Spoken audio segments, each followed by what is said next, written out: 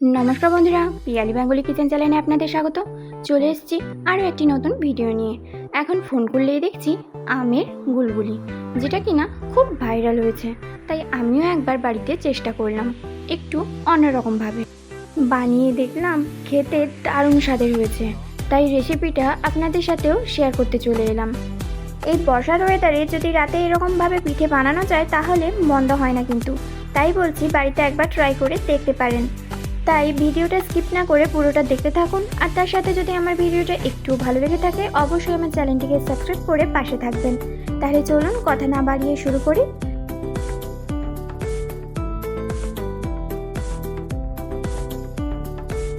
প্রথমেই আমি দুধ আর সুজি ভিজিয়ে রেখেছিলাম 1 ঘন্টা মতো, ওটাকেই ঢেলে নিচ্ছি একটা জায়গাতে।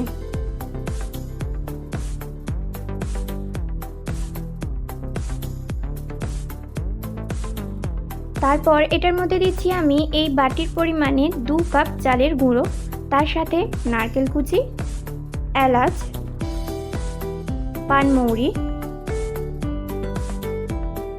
কাজু বাদাম, চীনা বাদাম আর আমন্ডের ছোট ছোট করে কুচো করা, আর তার সাথে দিচ্ছি চিনি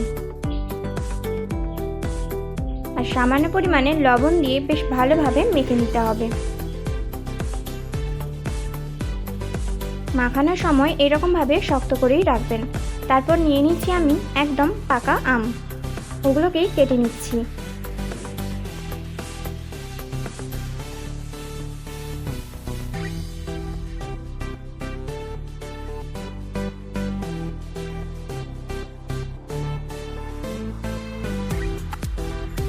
এবার আমের ছাল বাদ দিয়ে সমস্ত শাঁসগুলো আমি দিয়ে দেব মিক্সিংয়ে, তারপর ওটাকেই আমি পেস্ট করে নেব।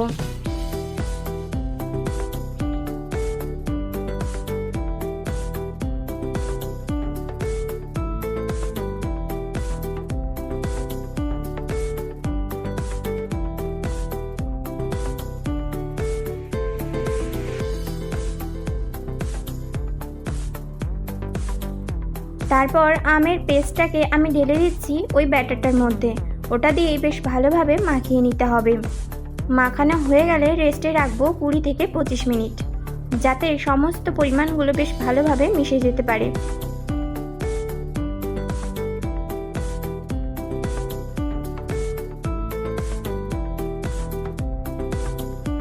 তারপর কড়াইতে সাদা তেল দিয়ে অল্প পরিমাণে কড়া গরম করে হালকা আঁচে বেশ ভালোভাবে ভাজতে হবে। এবার বলে রাখি, গ্যাসের ফ্লেমটা একদমই লো ফ্লেমে রাখবেন, কারণ এখানে যদি একটু হাই ফ্লেমে থাকে তাহলে ভিতরগুলো একেবারেই কাঁচা থেকে যাবে আর বাইরটা একদম পুড়ে যাবে। তাই যতটা সম্ভব পারবেন হালকা আঁচেই কমিয়ে ভাজবেন।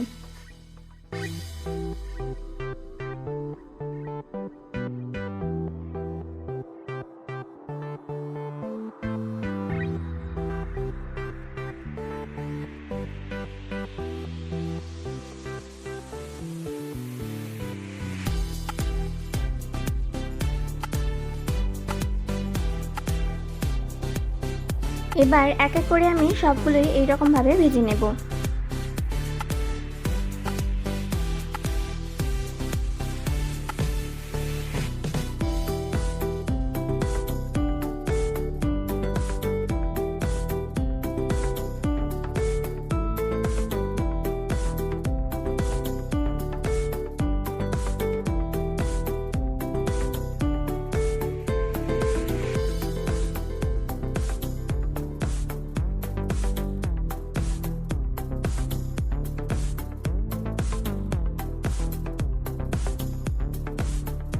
তারপর সমস্তগুলো ভাজা হয়ে গেলে গরম গরম পরিবেশন করুন। বর্ষার রাতে একেবারেই জমে যাবে।